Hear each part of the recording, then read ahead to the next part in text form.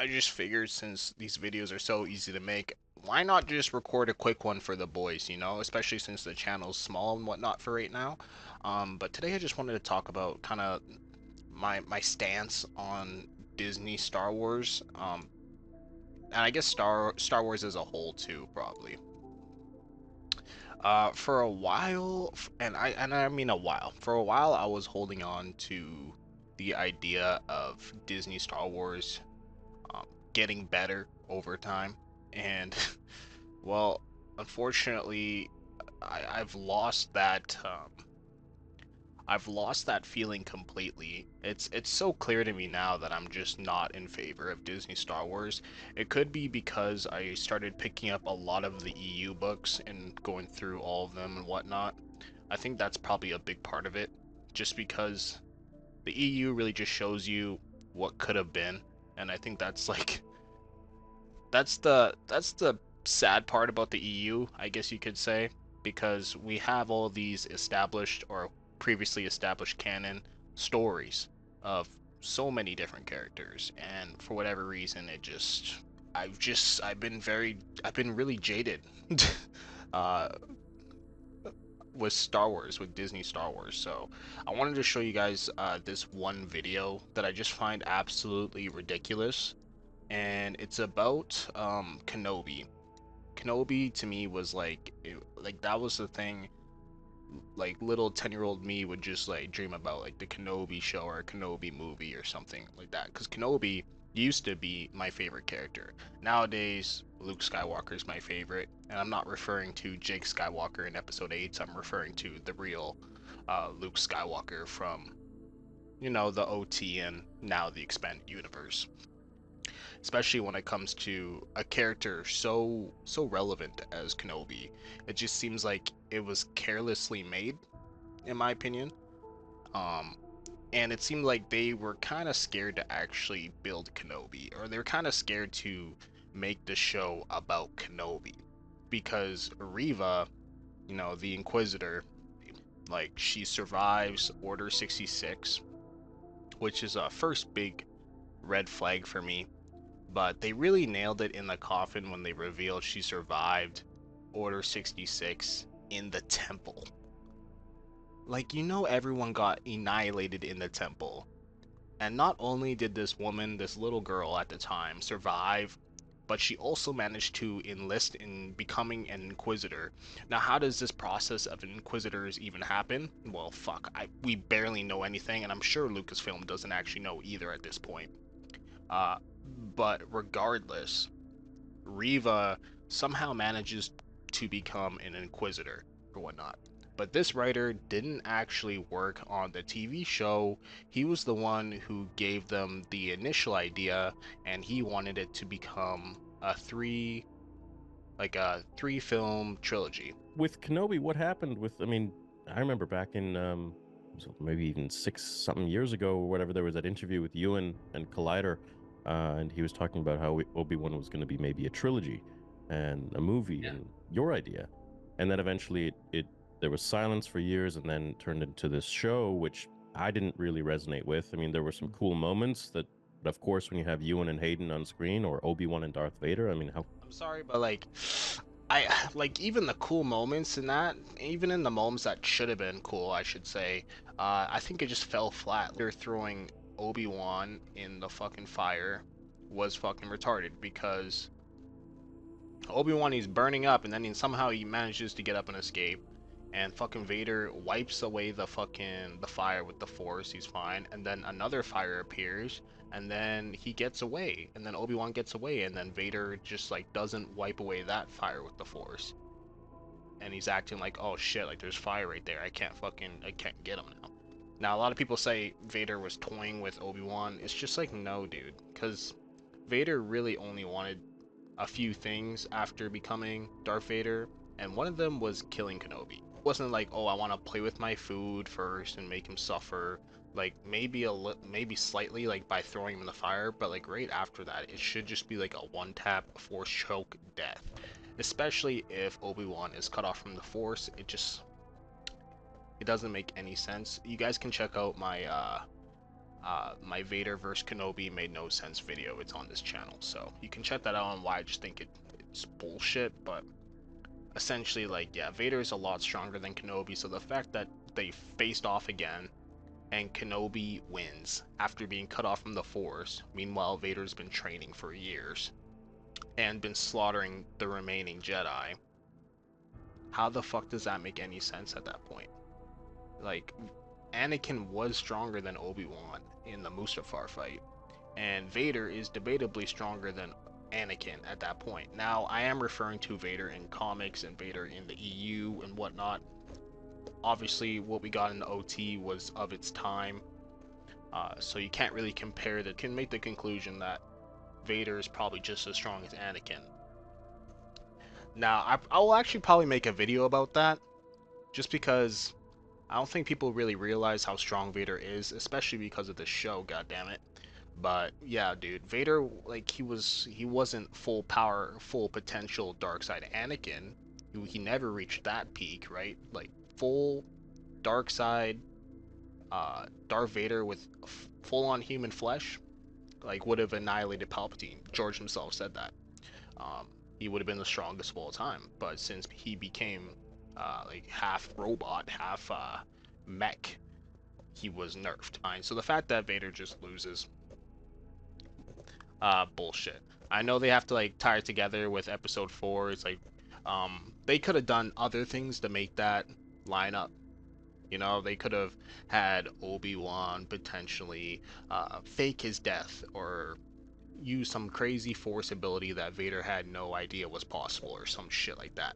But that would have required them to do a lot more work, not have Obi-Wan be cut off from the Force.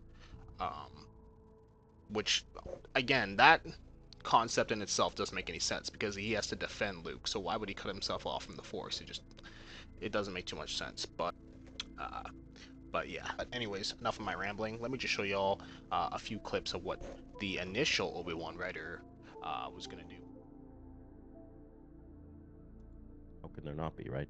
Right. You get those even with fan films. But I looked at your treatment that was leaked online or whatever happened with that. Is that real?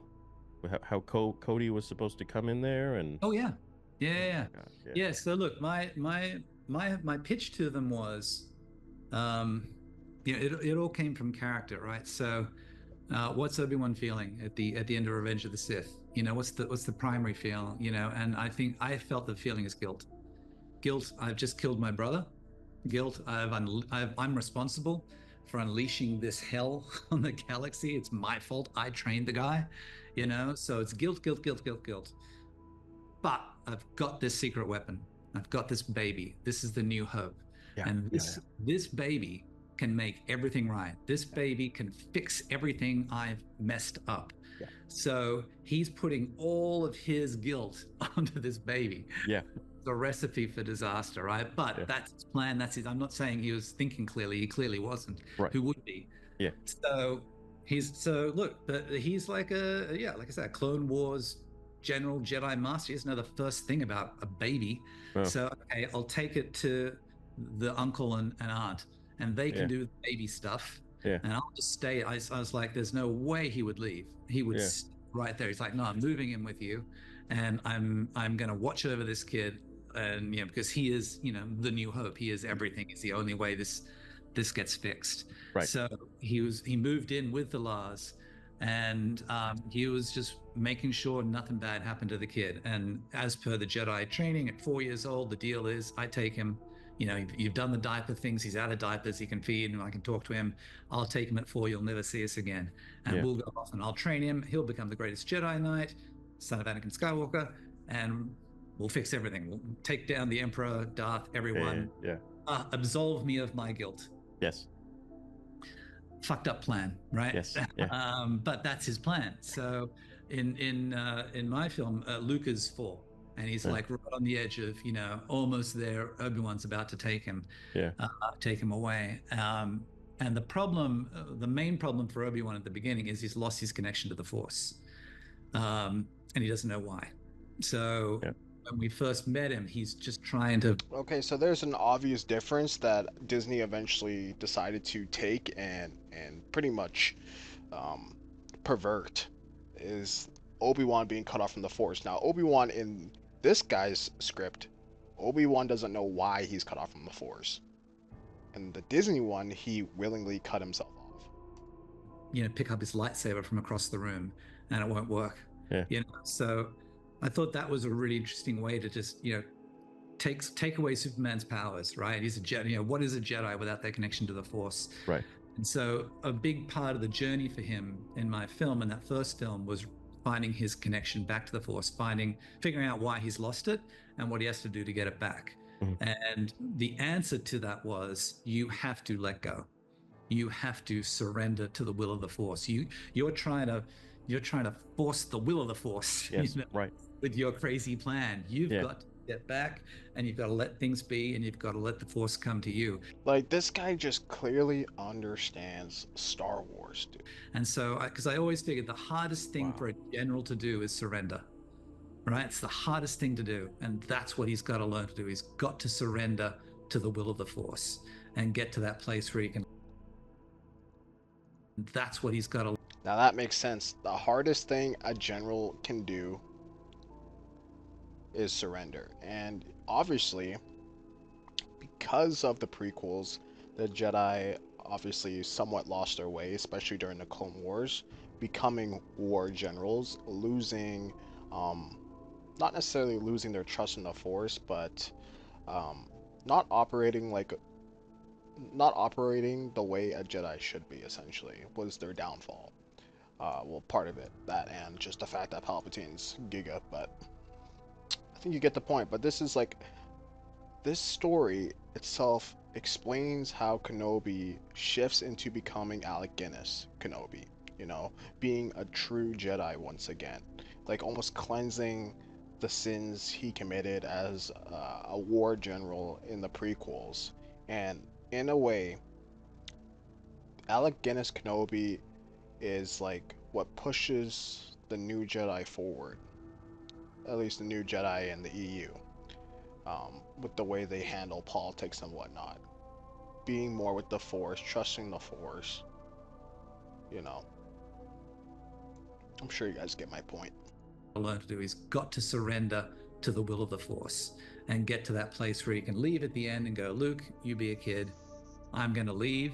I'll keep an eye on you, but I'm going to let you be a kid, And so that, because it just made no sense to me that he would do that on his own. It had to be this massive story there that got him to that place. So that was his whole journey. And you can see in the show, they get to that place, but I don't feel like they really earned it, because it wasn't really about, my story was all about his discovery of what he's doing is wrong, and realizing it's wrong, and then learning I've got to do something else, and that was done to him. He ended up, well, it'll get complex, but the idea was get complex, man. I could take it.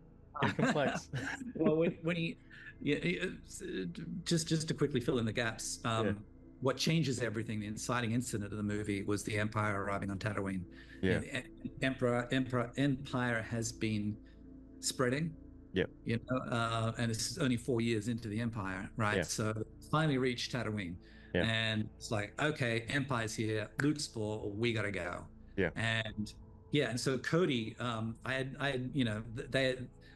left the story of how they reconnected to someone else to do, in a comic or something like that. So the idea was Cody's taking the chip out, and Cody is now, oh my God, guilt as well, right?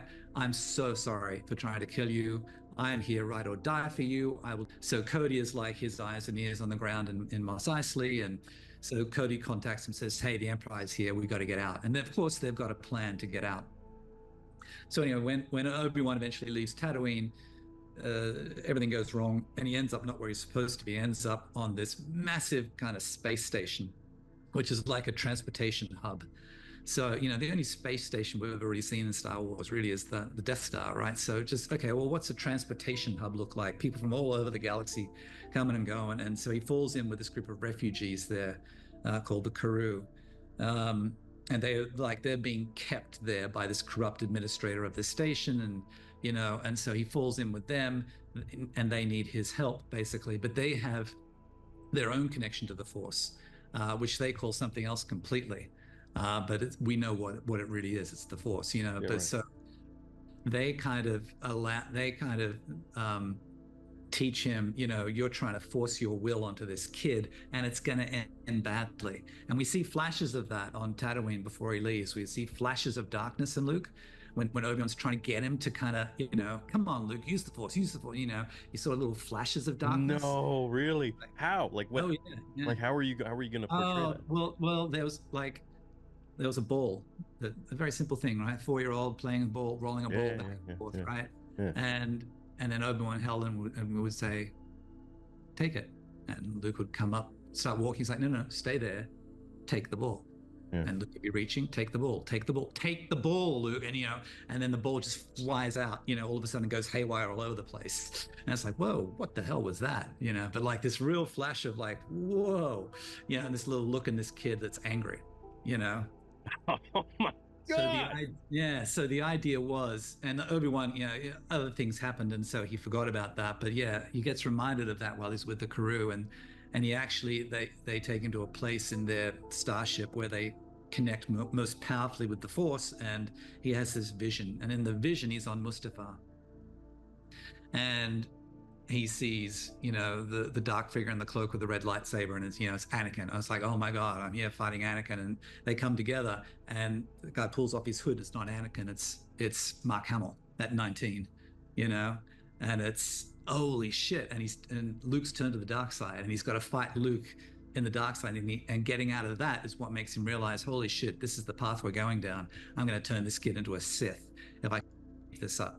And so I've got to get out of here, B, get back to Tatooine, C, secure him from Darth Vader and Reva, make them think I'm dead, all this kind of stuff. And it led to this really great third act where surrendering to this all was what allowed him to kind of reconnect to the Force in this great kind of Superman 2 moment, Yeah. then Superman 2 when he crushes Zod's hand, and he gets his powers back because he has learned to surrender. And that's what allows him to escape and get away at the end of the day. And the big thing with Reva was she was the one that ends up going back to Vader and saying, Kenobi's dead, I killed him. And in a fit of rage, Vader kills Reva. But she dies securing Kenobi's secret that he's still alive. And that's what allows Vader to kind of let Kenobi go. Because when we see him in New Hope, he's let that go. It's not till he gets that feeling. He's like, hang on, what's that? It's something I haven't felt since, and it's like, hang on, So it's the idea that, he also needs to, let go. And at the beginning of, let go. And at the beginning of my film, he is absolutely crazy obsessed with finding and hunting and killing Kenobi. That's all he cares about. And the Emperor's railing on him like, you gotta let the shit go, man. That's Anakin. You're Vader now. Yeah, and he's yeah. like, I'll let him go when he's dead. Yeah. So the thing for him was the hunt. And we had this really great opening sequence where Vader took on 5 Jedis at once and just slaughtered them all. And it's like, because I figured Vader's like 20. Yeah, guys, like, if you want to see Vader go all out, have him go against 5 fucking Jedi at once. If you want to make Vader seem cool, if you want to jangle those keys at us, like, it doesn't have to be Vader versus Obi-Wan. Like, you guys are so narrow-minded. Like, Disney is so narrow-minded, bro. Like, it's insane. 26, height of his powers, and it was just an awesome sequence where he was taking on these 5 Jedi at once, and you got to see how just truly terrifying this villain is. And that's what's, and then of course you cut to Kenobi, and Kenobi has no powers, and you're like, oh man, Kenobi's screwed. Yeah, you have that at the beginning of the film. That's fucking insane. Oh, he is screwed. So it's almost like an Ivan Drago and Rocky sort of moment where it's exactly. If And I like how he said, "Oh wow, fuck, Obi-Wan is screwed." Indeed, Obi-Wan is screwed. If he did run into Vader, he's fucking dead.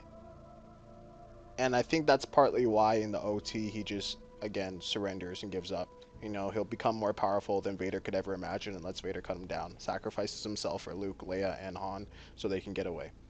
I'm sure that's why he did it, because there's no point putting up a fight. There's no point putting up a fight against him. That's how I always interpreted it. But Rocky, had lost his fists. Yeah, yeah, You know, yeah. it's just, how is he ever going to win? And so it just set up this really great confrontation that ended up happening on that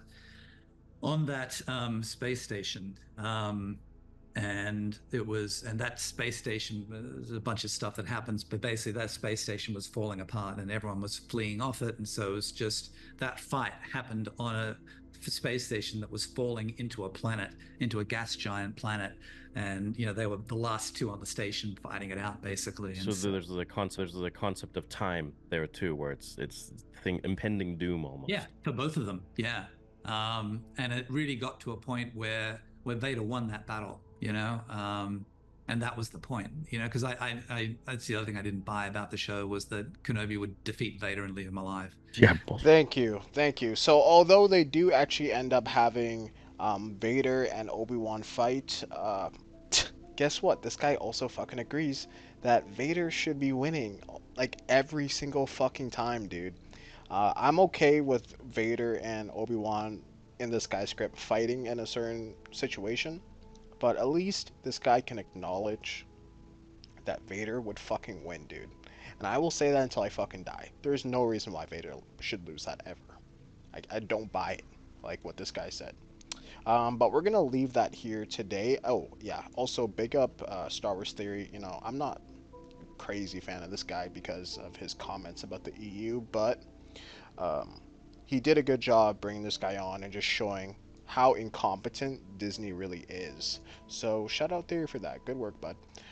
But if y'all did enjoy, make sure to like, comment, and subscribe. Let me know what y'all think about Kenobi, I guess. I guess that's what this video is really turned into. But yeah.